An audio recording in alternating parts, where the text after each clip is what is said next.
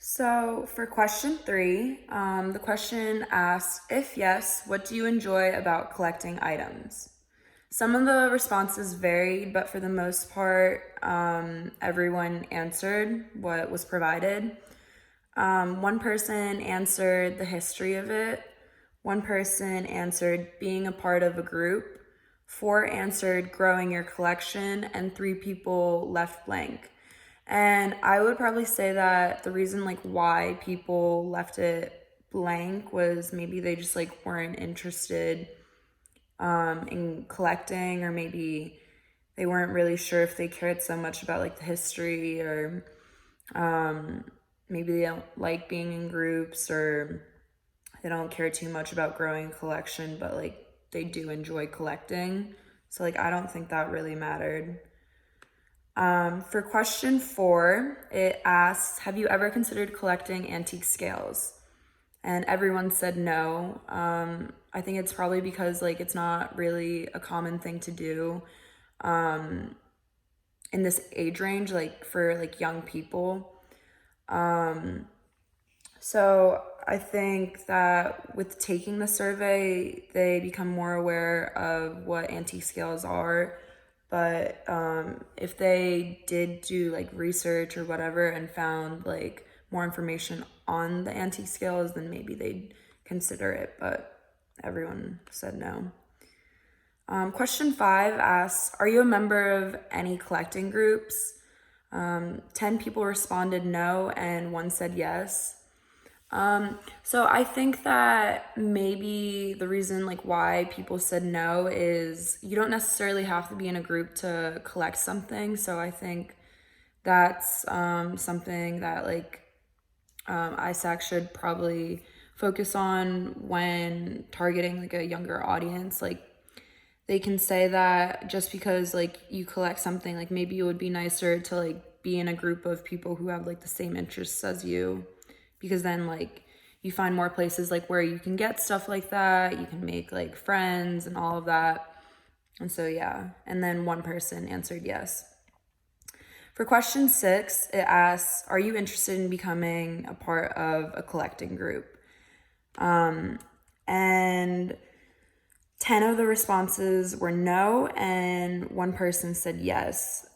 And I think the reason that people aren't interested in being a part of a collecting group is how I answered to the question before, is that you don't necessarily have to be in a group if you have an interest in collecting something. For question 7, it asks, what would you want to get out of a collecting group? So the responses varied. One of the responses was left blank. The next one was learning about the things we collect, and 4 people answered that one. The next one was collecting opportunities. 2 people answered to that one. 1 person answered to the possibility of traveling. And I feel that is a big factor of when you are joining a collecting group, because then not only do you travel to new places, but you also get the opportunity to do what you enjoy. You get to collect things and you get to see it from a different perspective.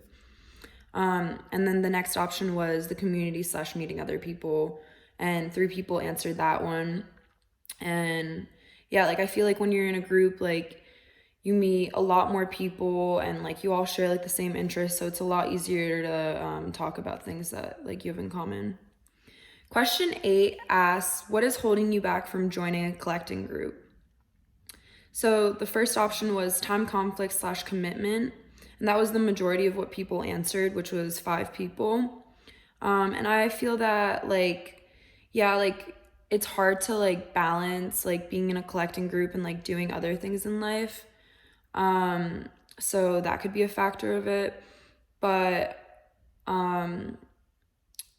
something that they could change about it, to prevent worrying about time conflicts and commitment, is you don't have to meet at a set time, if there are group meetings or whatever. I feel that would loosen up the anxiety for that category. The next option was expenses, and 3 people selected that one. I would agree that, yeah, collecting groups are probably expensive and they total up. So sometimes I guess people like don't look at it as an investment depending on like what you're collecting. But I do agree that it does get expensive, and I would agree that that's a valid reason. And the second one that was another option was nerves, fears, and anxiety, and 2 people selected that one. Maybe people just aren't social and they don't like being in groups of people. So, yeah. And then the other option was other, and it said, please specify. And one person said, I just don't want to, LOL, which is totally understandable. Like, collecting stuff isn't everybody's thing.